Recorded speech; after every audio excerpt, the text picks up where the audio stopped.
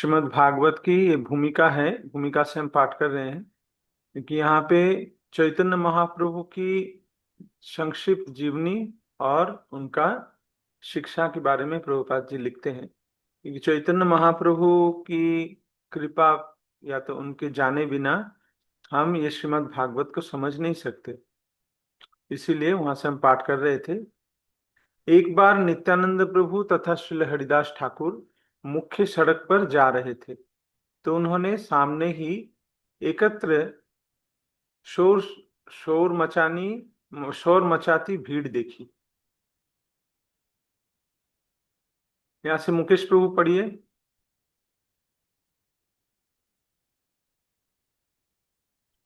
हरे कृष्णा प्रभु जी। हाँ, पढ़िए। राहगीरों से पूछने पर पता चला कि जगाई तथा माधाई नामक दो भाई शराब पीकर उपद्रव मचा रहे हैं। उन्होंने यह भी सुना कि वे दोनों भाई सम्मानित ब्राह्मण परिवार में जन्मे हैं, किंतु कुसंगति के कारण वे अत्यंत पतित बन गए हैं। वे न केवल शराबी थे, अपितु मांस भक्षक, व्यभिचारी, डाकू तथा सभी प्रकार के पाप करने वाले थे। श्रील नित्यानंद प्रभु ने उनकी सारी कहानी सुनी और यह निश्चय किया कि सबसे पहले इन दोनों पतितात्माओं का उद्धार होना चाहिए। यदि इन दोनों को पाप पूर्ण जीवन से उबार लिया जाए तो भगवान चैतन्य का अच्छा नाम और भी महिमा मंडित हो जाएगा। इस प्रकार सोचते हुए नित्यानंद प्रभु तथा हरिदास दोनों ही भीड़ के बीच से घुसते हुए वहां गए और दोनों भाइयों से भगवान हरि का नाम जपने के लिए कहा। इस प्रार्थना पर नशे की हालत में वे दोनों भाई आग बबूला हो उठे और नित्यानंद प्रभु को भद्दी गालियां दी। दोनों भाइयों ने दूर तक उनका पीछा किया। जब शाम को महाप्रभु के समक्ष उपदेश कार्य की सूचना प्रस्तुत की गई तो महाप्रभु को यह जानकर प्रसन्नता हुई कि नित्यानंद तथा हरिदास ने ऐसे दो मूर्खों का उद्धार करने का प्रयत्न किया। हाँ, तो ये जगाई और माधाई ये दो नवद्वीप में रहता था। ये ब्राह्मण परिवार में इनका जन्म तो हुआ था, लेकिन इतना पापी और कोई नहीं था। सब प्रकार के पाप में ये लिप्त थे। लोगों को मारना, शराब पीना, हाँ, व्यभिचार, लोगों को घर जला देना, सब कुछ करते थे। डकैती करना, खून करना, सब कुछ। ऐसा कोई पाप नहीं था कि इन दोनों ने नहीं किया। तो एक दिन हरिदास ठाकुर और नित्यानंद प्रभु वहां से गुजर रहे थे, जा रहे थे। तो नित्यानंद प्रभु ने जब जाना तो उनको मन में कृपा की भाव आई। नित्यानंद प्रभु ने सोचा, ये नित्यानंद प्रभु है कौन?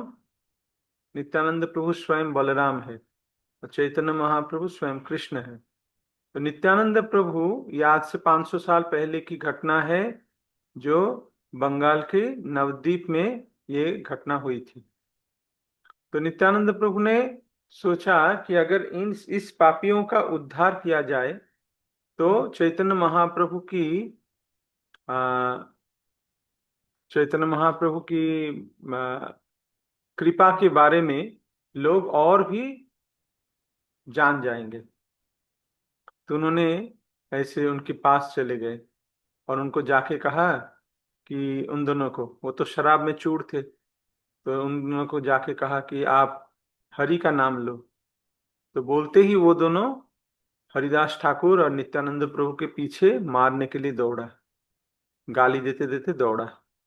तो नित्यानंद प्रभु भी वहां से उस दिन भाग गए थे, दौड़ के भाग गए थे। अच्छा, इसके आगे पंकज नहीं पढ़ सकता है। मैं पढ़ू प्रभु जी? हाँ, पढ़िए। कहाँ से पढ़ना है प्रभु जी? इस दूसरे दिन। हाँ हाँ।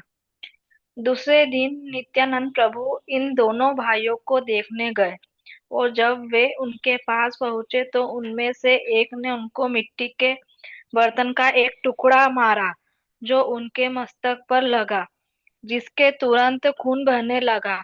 लेकिन नित्यानंद प्रभु इतने दयालु थे कि इस जघन्य कृत्य का विरोध करने के बदले उन्होंने कहा, चलो कोई बात नहीं कि तुमने मुझ पर पत्थर फेंका, इतने पर भी मैं तुमसे प्रार्थना करता हूँ कि तुम भगवान हरि के पावन नाम का उच्चारण करो। उन भाइयों उन भाइयों में से एक से जगाई नित्यानंद प्रभु के इस आचरण को देखकर विस्मित हुआ और वह तुरंत उनके पैरों पर गिरकर अपने पापी भाई को क्षमा करने की विनती करने लगा। जब माधई ने पुनः नित्यानंद प्रभु पर प्रहार करना चाहा तो जगाई ने उसे रोका और उनके चरणों पर गिरने के लिए विनती की। इस बीच नित्यानंद प्रभु को चोट लगने की जानकारी महाप्रभु तक पहुंच गई और वे तुरंत ही अत्यंत कुपित होकर उस स्थान पर जा पहुंचे। भगवान ने तुरंत ही उन पापियों का वध करने के लिए अपने सुदर्शन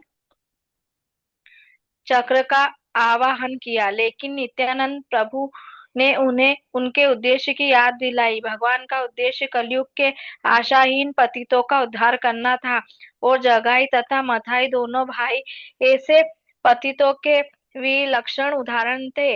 इस युग की 90% जनता उच्च कुल में जन्म लेने तथा सांसारिक सम्मान प्राप्त करने के बाद भी इन दोनों भाइयों के समान है।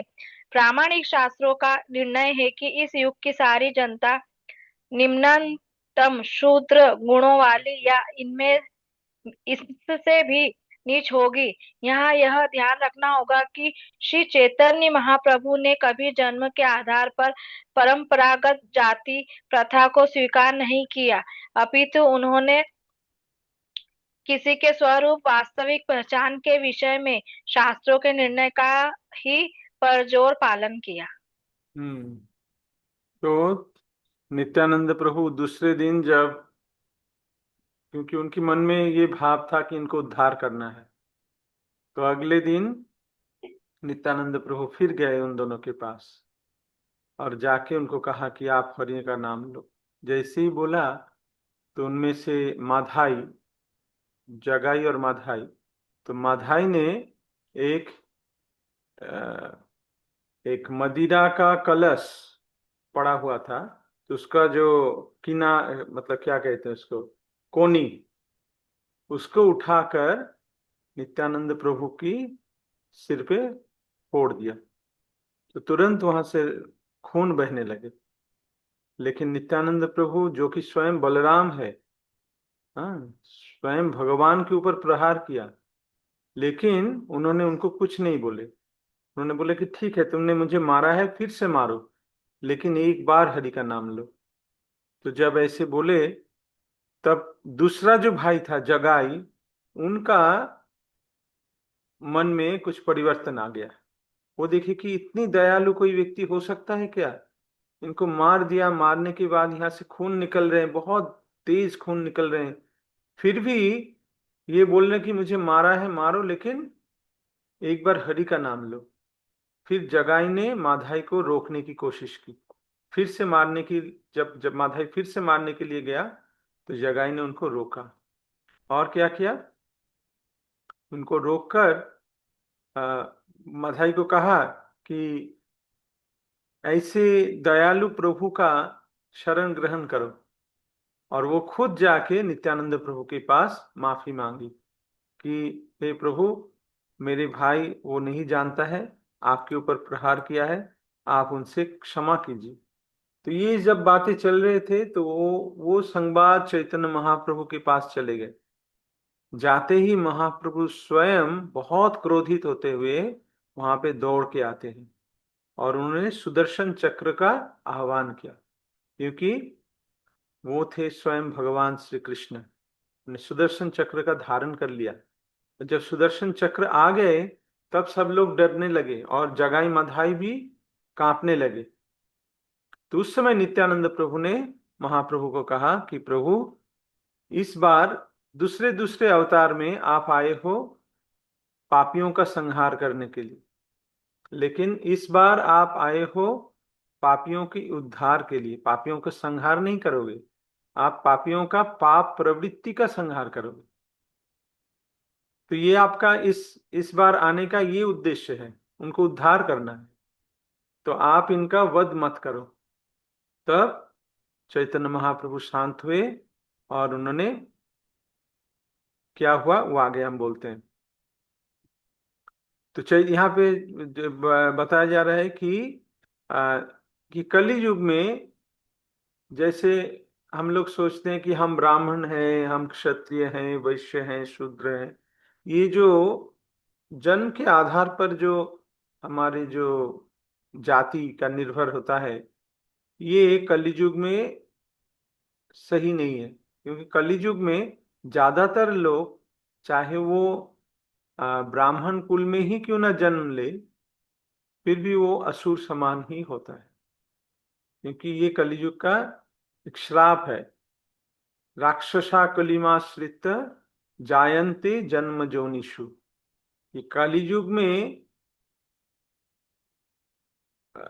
ब्राह्मण परिवार में राक्षसों का जन्म हो, ये श्राप है। तो ये जब चैतन्य महाप्रभु ने इसीलिए आ, जाति के ऊपर इतने जोर नहीं दिए। और श्रीमद् भगवत गीता में भी ये कहा जाता है कि हमारा ये जो वर्ण है, ये वर्ण निर्धारित होता है हमारा गुण और कर्म से। चातुर्वर्णं मया सृष्टम गुण कर्म विभागश। अगर कोई व्यक्ति गुण और कर्म से, वो ब्राह्मण है, क्षत्रिय है, वैश्य है, शूद्र है, तो वो ही असली वैश्य शूद्र ब्राह्मण है। और जो ब्राह्मण कुल में जन्म लिया है लेकिन गुण के अनुसार और या तो कार्य के अनुसार वो एक शूद्र की भांति है, तो वो ब्राह्मण नहीं कहलाते। अच्छा, व्यास जी पढ़िए। व्यास जी कहाँ गए थे ना?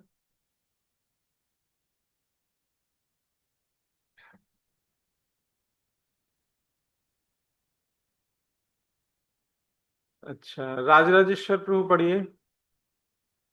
जब भगवान अपने सुदर्शन चक्र का जब भगवान अपने सुदर्शन चक्र का आह्वान कर रहे थे और नित्यानंद प्रभु उनसे दोनों भाइयों को क्षमा करने का अन्याय कर रहे थे, तब वे दोनों भाई भगवान के चरण कमलों पर गिर पड़े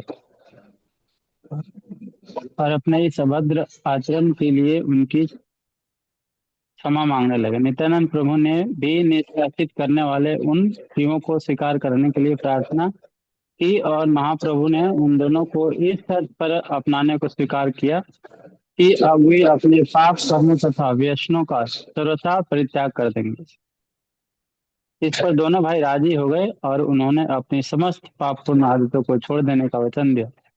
दयालु भगवान ने उन्हें स्वीकार कर लिया और फिर कभी उनके विगत दुष्कर्मों का उल्लेख नहीं किया। हाँ, तो फिर चैतन्य महाप्रभु के पास जब नित्यानंद प्रभु ने ऐसे प्रार्थना की कि हे प्रभु आप इनका क्षमा करो, तब महाप्रभु ने कहा ठीक है, एक शर्त पर हम इनको क्षमा कर सकते हैं कि अगर आप ये पाप कर्म छोड़ दोगे, भविष्य में कभी नहीं करोगे, तो हम कर सकते हैं। और दूसरा है क्या, आपको ये, आपने नित्यानंद प्रभु को मारा है, नित्यानंद प्रभु के पास आपको क्षमा याचना करना है। अगर नित्यानंद प्रभु आपको क्षमा करते हैं और आप वचन देते हो कि आप भविष्य में कभी पाप नहीं करोगे, तो ही हम आपको माफ कर सकते। तो जगाई माधाई नित्यानंद प्रभु के पास जाके उनके चरण पकड़े और उनको उनसे कृपा भिक्षा प्रार्थना की और प्रभु को वचन दिया कि हम लोग और कभी ऐसे पाप नहीं करेंगे। तो चैतन्य महाप्रभु ने उन दोनों को तुरंत उसी क्षण उनको महावैष्णव बना दिया, जो महाभागवत बन गए। अच्छा, दीक्षा पढ़ो। ये भगवान, जी, हाँ, यह भगवान चैतन्य का विशिष्ट दया भाव है। इस युग में कोई भी यह नहीं कह सकता कि पाप से मुक्त है, किसी के लिए भी ऐसा कह पाना सर्वथा असंभव है, लेकिन भगवान चैतन्य सभी प्रकार के पापी व्यक्तियों को इस शर्त के साथ स्वीकार करते हैं कि वे प्रामाणिक गुरु से दीक्षा लेने के बाद पाप पूर्ण आदतों से विरत होने की प्रतिज्ञा करें।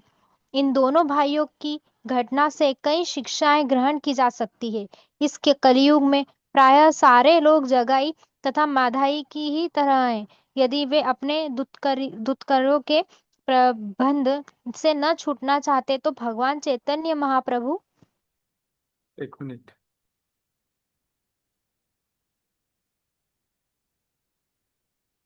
तो भगवान चैतन्य महाप्रभु की शरण ग्रहण, अच्छा यहाँ से पढ़ो एक बार। यदि वे अपने दुष्कृत्यों के बंधन से छूटना चाहते हैं, पढ़ो। तो उन्हें भगवान चैतन्य महाप्रभु की शरण ग्रहण करनी चाहिए और आध्यात्मिक दीक्षा लेने के पश्चात उन बातों से दूर रहना चाहिए जिनकी शास्त्रों में मनाही की गई है। भगवान ने श्री रूप गोस्वामी को जो शिक्षाएं दी हैं उसमें इन निषेधात्मक नियमों का वर्णन है। हाँ अपने गृहस्थ हाँ, थोड़ा थोड़ा रुक जाओ। तो चैतन्य महाप्रभु ने ये शर्त लगाया कि आपको ये पाप से मुक्त होना पड़ेगा। चार पाप के जो ये है वो आपको मुक्त, निषेध है, ये करना नहीं है। जैसे मांसाहार, दूध क्रीड़ा, अवैध स्त्री संग और नशा। ये चार चीज आप नहीं कर सकते। ये चार पाप के मूल खंबे हैं, ये आप नहीं करोगे। और सदगुरु के पास दीक्षा ग्रहण करने के बाद ये पापों से मुक्त होना है। भगवान ने श्री रूप गोस्वामी को जो शिक्षा दी है उनमें इन निषेधात्मक नियमों का वर्णन है। अच्छा, आगे थोड़ा और पढ़िए। अपने गृहस्थ जीवन में अपने गृहस्थ जीवन में महाप्रभु ने अधिक चमत्कार नहीं दिखाए जिनकी आशा ऐसे महापुरुषों से की जाती है। लेकिन एक बार श्रीनिवास ठाकुर के घर में जब संकीर्तन अपनी चरम सीमा में था, तब उन्होंने एक आश्चर्यजनक चमत्कार अवश्य किया था। उन्होंने भक्तों से पूछा कि वे क्या खाना चाहते हैं। जब उन्होंने बताया कि वे आम खाना चाहते हैं, तो उन्होंने आम की एक गुठली मंगवाई। यद्यपि वह फल उस ऋतु के बाहर का था। जब आम की गुठली ला दी गई तो उन्होंने श्रीनिवास के आंगन में बो दिया और तुरंत ही उस जीवन बीज से एक पौधा अंकुरित होने लगा। देखते ही देखते पौधे ने अविलंब पूर्ण विकसित आम के वृक्ष का रूप धारण कर लिया। जो भक्तगण खा सके उसमें ज्यादा पके फलों के भार से झुका हुआ था। वह वृक्ष श्रीनिवास के आंगन में लग रहा था और भक्तगण इससे इच्छा अनुसार फल प्राप्त कर रहे थे। हाँ, तो ये एक घटना है, बहुत सारी घटना है, तो इनमें से एक घटना प्रभुपाद यहाँ पे, ये संक्षिप्त जीवनी है इसलिए विस्तारित, बहुत सुंदर लीला है। चैतन्य महाप्रभु की जो लीला है बहुत सुंदर है, बहुत मधुर है। तो एक बार वो जो बताया कि गुठली को महाप्रभु खुद हाथों से आंगन में बो दिया और बोने के तुरंत वहां से अंकुर निकला।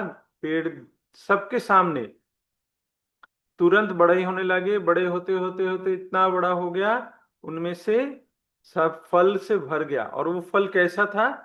उस फल में ना तो गुठली है और ना उनका कोई छिलका है, सिर्फ रस ही रस है, इतना मधुर। वो कल्प वृक्ष था जो कि चैतन्य महाप्रभु तुरंत सबको सामने वो मैजिक जैसा करके दिखाया। हम्म। अच्छा। राखी माता जी थोड़ा पढ़िए। जी प्रभु जी। व्रज व्रज भूमि वृंदावन की गोपियों में श्री कृष्ण के लिए जो अनुराग था, उसके प्रति महाप्रभु के हृदय में अत्यधिक आदर था।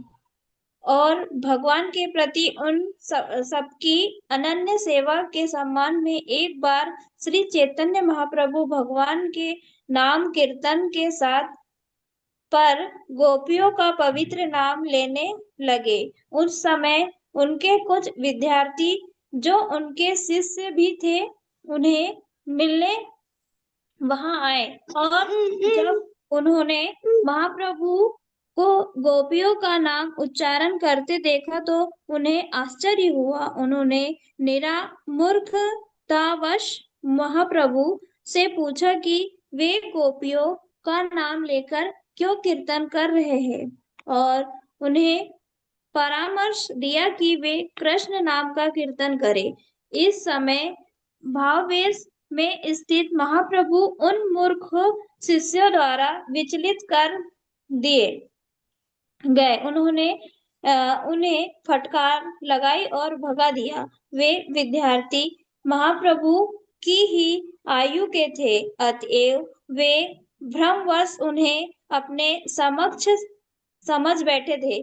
फिर समकक्ष, उन्होंने एक समकक्ष मतलब समान जैसा है, एक जैसा समझ बैठे थे। फिर समकक्ष उन्होंने समझ बैठे थे। फिर उन्होंने एक बैठक की और यह तय किया कि यदि वे फिर से उन्हें इसी तरह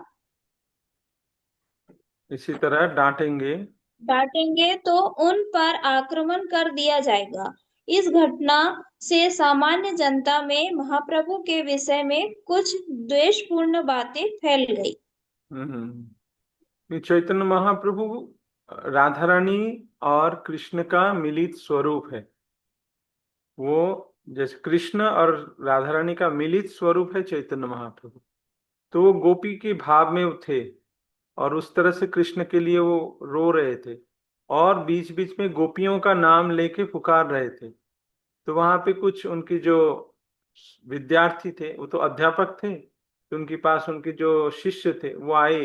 वो देखा कि पंडित इस तरह से गोपियों का नाम लेकर कीर्तन कर रहे हैं, तो उनको कहा कि अरे आप गोपियों का नाम क्यों ले रहे हो, आप कृष्ण का नाम का कीर्तन करो।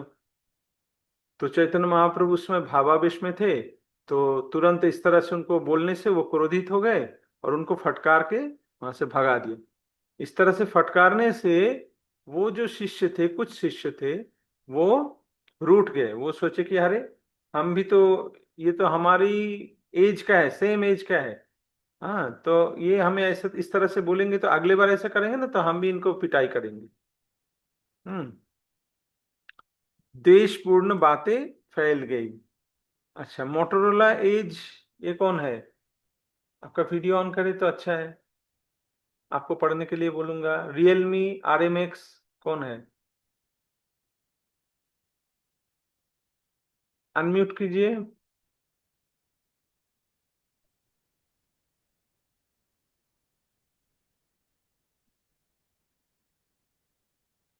रियलमी, जी प्रभु जी। क्या नाम है? शिल्पी माता जी। अच्छा, तो रिनेम कर लेना, रिनेम कर लेंगे तो पता चलेगा कौन पढ़ रहे हैं ना। ठीक है, वो जी। आप पढ़िए, यहाँ से पढ़िए। जब महाप्रभु को इसका पता चला, जब महाप्रभु को इसका पता चला तो वे समाज में रहने वाले विभिन्न प्रकार के मनुष्यों पर विचार करने लगे। उन्होंने ध्यान में लिया कि विशेष रूप से विद्यार्थी, प्राध्यापक, सकाम कर्मी, योगी, अभक्त तथा विभिन्न प्रकार के नास्तिक ही भगवान की भक्तिमय सेवा के विरोधी होते हैं। अतएव उन्होंने विचार किया, मेरा ध्येय होगा इस युग के सभी पतित आत्माओं का उद्धार करना, किंतु यदि वे मुझे एक सामान्य व्यक्ति मानकर मेरे प्रति अपराध करते हैं तो इससे उन्हें लाभ नहीं हो सकता। यदि उन्हें आध्यात्मिक अनुभूति का जीवन बिताना है तो उन्हें किसी न किसी रूप में मुझको नमस्कार करना होगा। इस प्रकार महाप्रभु ने संन्यास आश्रम ग्रहण करने का निश्चय किया, क्योंकि जन सामान्य की प्रवृत्ति सन्यासी का सम्मान करने की रहती है। हाँ, तो जब ऐसे हुआ तब चैतन्य महाप्रभु ने सोचा कि आ, ये लोग मेरे प्रति द्वेष भाव रख रहे हैं, और भगवान के प्रति द्वेष करने से क्या होगा? भगवान के प्रति हमारा द्वेष हो जाएगा तो हमारा सारा प्रगति सब कुछ नष्ट हो जाएगा।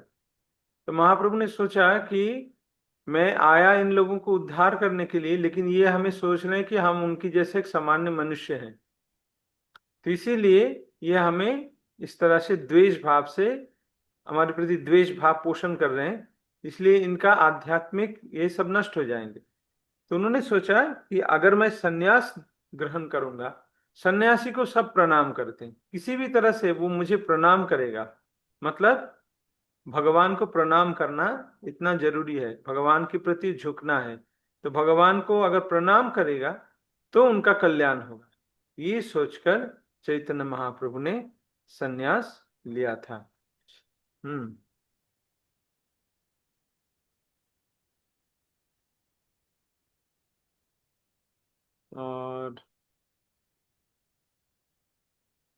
और थोड़ा पढ़िए। 500 वर्ष पूर्व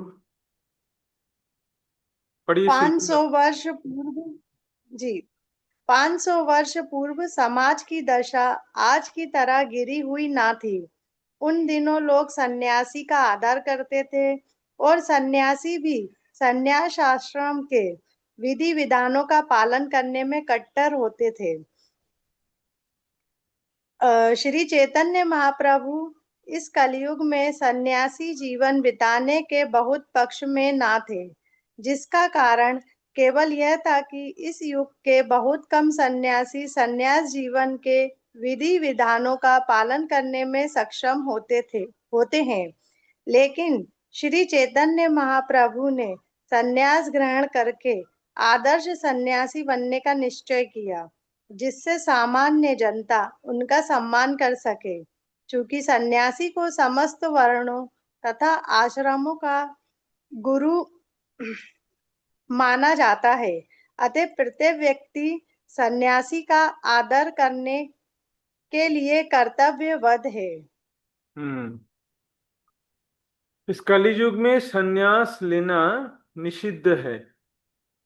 4 कर्म निषिद्ध है, उनमें से सन्यास लेना कलियुग में शास्त्र में निषिद्ध है। लेकिन भगवान की वाणी का प्रचार करने के लिए जो त्रिदंडी सन्यास है ये लिया जा सकता है। तो चैतन्य महाप्रभु ऐसे आदर्श सन्यासी बन के उनका शिक्षा दिया कि सन्यासी को कैसे जीवन यापन करना है। और सन्यास ग्रहण करना महाप्रभु का इतना इच्छा नहीं था, लेकिन वो कारण के लिए ही उन्होंने लिया, और दिखाने के लिए कि सन्यास कितनी कठोरता से पालन किया जाए। अच्छा, और थोड़ा पढ़ लेते हैं। और कौन पढ़ेंगे? मैं पढ़ूं प्रभु जी? पढ़िए। जब वे सन्यास ग्रहण करने की सोच रहे थे, जब वे संन्यास ग्रहण करने की सोच ही रहे थे कि एक ऐसी घटना घटी कि केशव भारती नामक मायावादी संप्रदाय के एक सन्यासी, जो बंगाल में कटवा के निवासी थे, नवद्वीप आए और महाप्रभु ने उन्हें अपने यहाँ भोजन पर आमंत्रित किया। जब केशव भारती उनके घर पहुंचे तो महाप्रभु ने उनसे संन्यास प्रदान करने का अनुरोध किया। यह मात्र औपचारिकता थी। संन्यास सदैव किसी अन्य सन्यासी से ग्रहण किया जाता है। यद्यपि महाप्रभु सभी तरह से स्वतंत्र थे, तो भी शास्त्रों की औपचारिकता की रक्षा करने के लिए उन्होंने केशव भारती से संन्यास ग्रहण किया, यद्यपि वे वैष्णव संप्रदाय के न थे। केशव भारती से विचार विमर्श करके टाइम ऑलमोस्ट खत्म होने वाला है। तो केशव भारती से चैतन्य महाप्रभु ने संन्यास ग्रहण किया।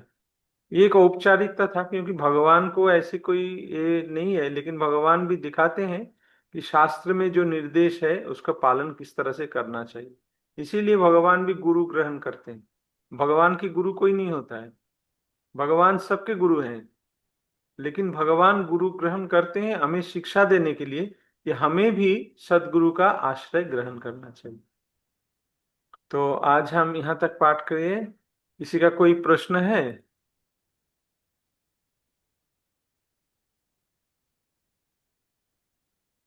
किसी का कोई प्रश्न है?